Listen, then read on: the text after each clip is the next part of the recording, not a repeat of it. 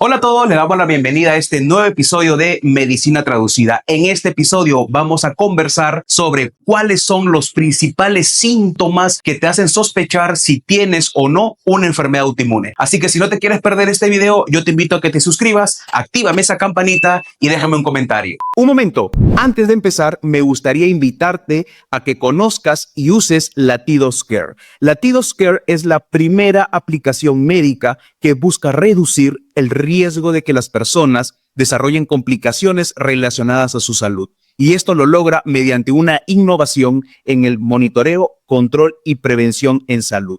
Por ello, yo te invito a que visites www.latidoscare.com y empieces a mejorar la manera como haces cuidado de tu salud y la de tus seres queridos.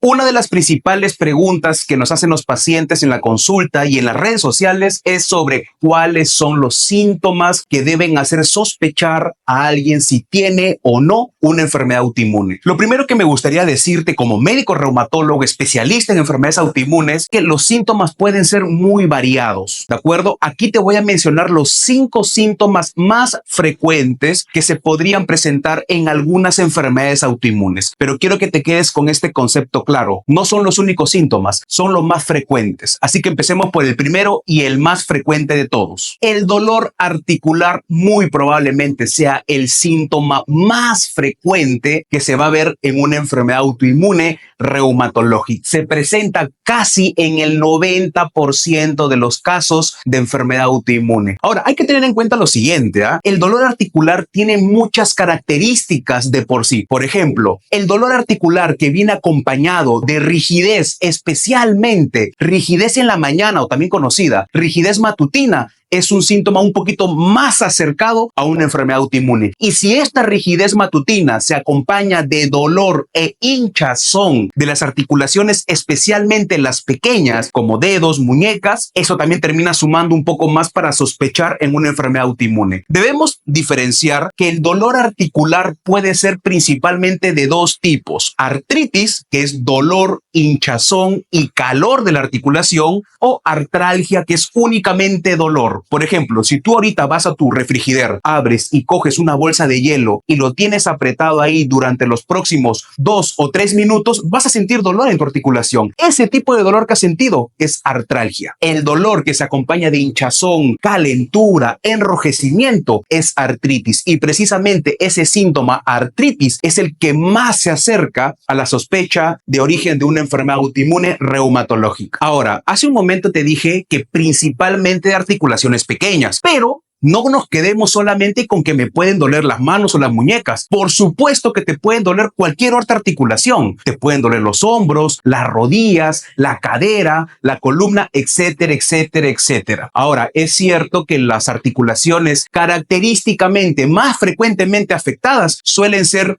dedos, muñecas, codos, hombros y rodillas. Por ejemplo, hay un grupo de enfermedades que se llaman las espondiloartritis, cuyo sello característico es que haya dolor de columna lumbar, es decir, la parte baja de la espalda. También puede haber compromiso a nivel de una articulación que se llama sacroiliaca, que se encuentra en la parte más profunda de la región glútea. Con esto, ¿qué te quiero decir? Te puede doler cualquier tipo de articulación. Por ello, si tú presentas dolor articular con las características que te mencioné hace un momento, como enrojecimiento, calentura, hinchazón, inmediatamente debes acudir al médico reumatólogo para que evalúe tu caso. Otro síntoma muy característico en las enfermedades autoinmunes sistémicas es el cansancio y la fatiga. Se describe que se puede presentar hasta en el 60 o 70% de los casos. Ahora, si bien la fatiga o el cansancio es un síntoma bastante inespecífico y que se puede atribuir a cualquier otra condición de salud, por ejemplo, deficiencia de algunas vitaminas, anemia, entre otras, hay que tener en cuenta que en el caso puntual de una enfermedad autoinmune, esta fatiga es una fatiga persistente, que por más que la persona descanse o tome una buena siesta, al día siguiente sigue sintiendo completo cansancio. Si presentas fatiga, cansancio inexplicable junto con dolor articular, eso termina sumando más hacia la presunción diagnóstica de una enfermedad autoinmune. Importante tener en cuenta lo siguiente: antes de atribuir el síntoma de cansancio o fatiga a una enfermedad autoinmune, primero se debe haber descartado cualquier otra causa. Una de las causas más frecuentes de cansancio y fatiga es la deficiencia de vitamina D, D de dedo. Por ello es que es muy importante que cuando tu médico te evalúe, te dose vitamina D, porque se ha visto en muchos estudios que gran parte de la población sana tiene deficiencia de vitamina D. El tercer síntoma en frecuencia viene a ser otro síntoma constitucional, y ese es la fiebre. Se puede llegar a presentar hasta el 30 y 50% de las personas con enfermedad autoinmune sistémica. Si hace un momento te dije que la fatiga y el cansancio era un síntoma bastante inespecífico, la fiebre no está exenta de esta regla. Debemos recordar que una de las primeras cosas que debemos sospechar ante cuadros febriles son infecciones. Eso es definitivo. ¿Cuál es la característica de la fiebre o la febrícula en personas con enfermedades autoinmunes? Este síntoma suele ser un síntoma recurrente y persistente, que le han tomado diferentes exámenes para descartar infecciones bacterianas, virales, entre otras, y todos los exámenes salen negativos. Ante ese escenario, hay que considerar como posibilidad diagnóstica una enfermedad autoinmune. Es importante recalcar que lo primero que se tiene que descartar es que no haya cuadros infecciosos. Vale la pena comentar que usualmente una infección suele tener un tiempo corto de cuadro febril. Depende del tipo de infección, pero usualmente van entre los 3 a los 5 días, salvo que estemos frente a infecciones crónicas, como por ejemplo la tuberculosis. La tuberculosis puede dar cuadros febriles persistentes durante un periodo mayor de tiempo. Este tipo de síntoma, la fiebre y el cansancio y la fatiga, son los denominados síntomas constitucionales, que suelen ser un poco inespecíficos, pero en conjunto, cansancio, fiebre y dolor articular, lo primero que debemos considerar es que podría estar detrás de una enfermedad autoinmune sistémica. El cuarto síntoma que debes tener en cuenta o estar atento o atenta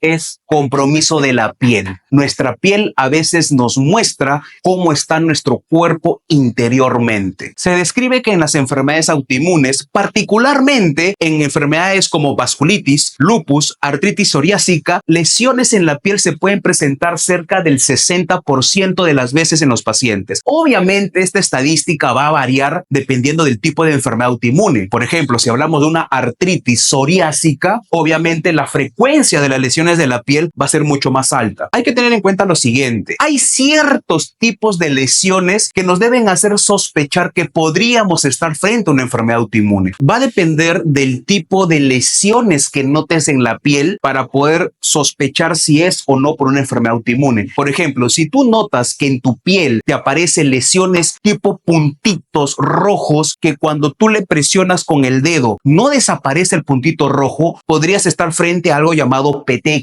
Y usualmente las petequias se suelen asociar a problemas de la coagulación, específicamente a problemas en las plaquetas. Podría ser una plaquetopenia autoinmune. Otro tipo de lesión que puedes ver son las lesiones características de la psoriasis, que son lesiones rojas que están bien delimitadas y que tienen un halo color plateado. También puedes encontrar otro tipo de lesiones que son un poco más circunscritas, que pareciera una lesión roja de tipo circular que se suele ver en el lupus eritematoso sistémico. Compromiso de la piel en enfermedades autoinmunes, tranquilamente podríamos hablar horas y horas. Por ejemplo, hay otro tipo de lesión que es muy característico de una enfermedad llamada enfermedad de Still del adulto. La característica es que aparece una lesión roja, color salmón en el torso del cuerpo, pero que aparece solamente cuando la persona tiene fiebre. Se va la fiebre, se va la lesión en la piel. Como puedes ver, hay múltiples lesiones. Lo que sí yo te puedo decir que si tú presentas este tipo de lesiones de manera recurrente y si es que se acompañan de los otros síntomas que conversamos, valdría la pena que te evalúe un médico reumatólogo. El último síntoma que vamos a conversar el día de hoy es el fenómeno de Raynaud. Doctor, ¿qué es el fenómeno de Raynaud? Primero que nada, este tipo de síntoma o signo se puede presentar hasta en un 40% de los pacientes con enfermedades autoinmunes.